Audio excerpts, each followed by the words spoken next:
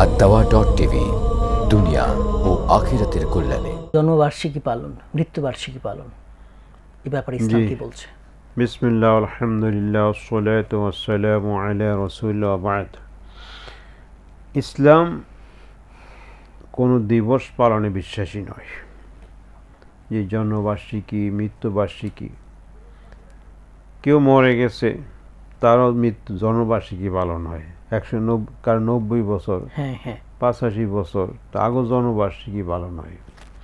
আবার মরে গেছে হয়তো আরও 20, 30, 40, 50, 60 বছর আগে, এখন মৃত্যুবার্ষিকী পালন হয়। এই কোনো বার্ষিকী অর্থাৎ কোনো দিবস পালন, যেমন এই জন্মদিবস, মৃত্যু দিবস, মৃত্যুবার্ষিকী ইত্যাদি, এগুলো আসলে শরীয়তসম্মত কোনো বিধান নয়। আর যে জন্মবার্ষিকী পালন করতে হয়, মৃত্যুবার্ষিকী পালন করতে হয়, তাই রসুল্লাহ থেকে শুরু করতে হবে। আবু বকর, ওমর, ওসমান, আলী, সকল সাহাবা, তারপরে খোলাফে আরবা, তারপরে মুহাদ্দিসিন, ইমাম আবু হানিফা, শাফি, মালিক, এইভাবে যদি পালন করা শুরু হয়, তাহলে প্রতিদিন 10-20টা খালি জন্মবার্ষিকী, মৃত্যুবার্ষিকী পালন করতে হবে। আর কোনো কাজ অন্য কোনো কাজকর্ম করা যাবে না। এই জন্য ইসলাম কোনো দিবসকে, অর্থাৎ কোনো দিবস, মৃত্যু দিবস, অথবা এই যে আজকাল দেখা যায় আমরা কি ভালোবাসা দিবস, বিশ্ব হাত ধোয়া দিবস, বিশ্ব অমুক দিবস, এইসব দিবস ইসলাম সমর্থন করে না।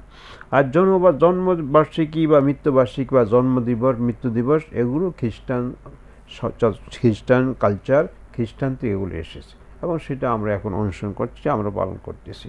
কাজে এর সাথে আসলে ইসলামের কোনো সম্পর্ক নেই।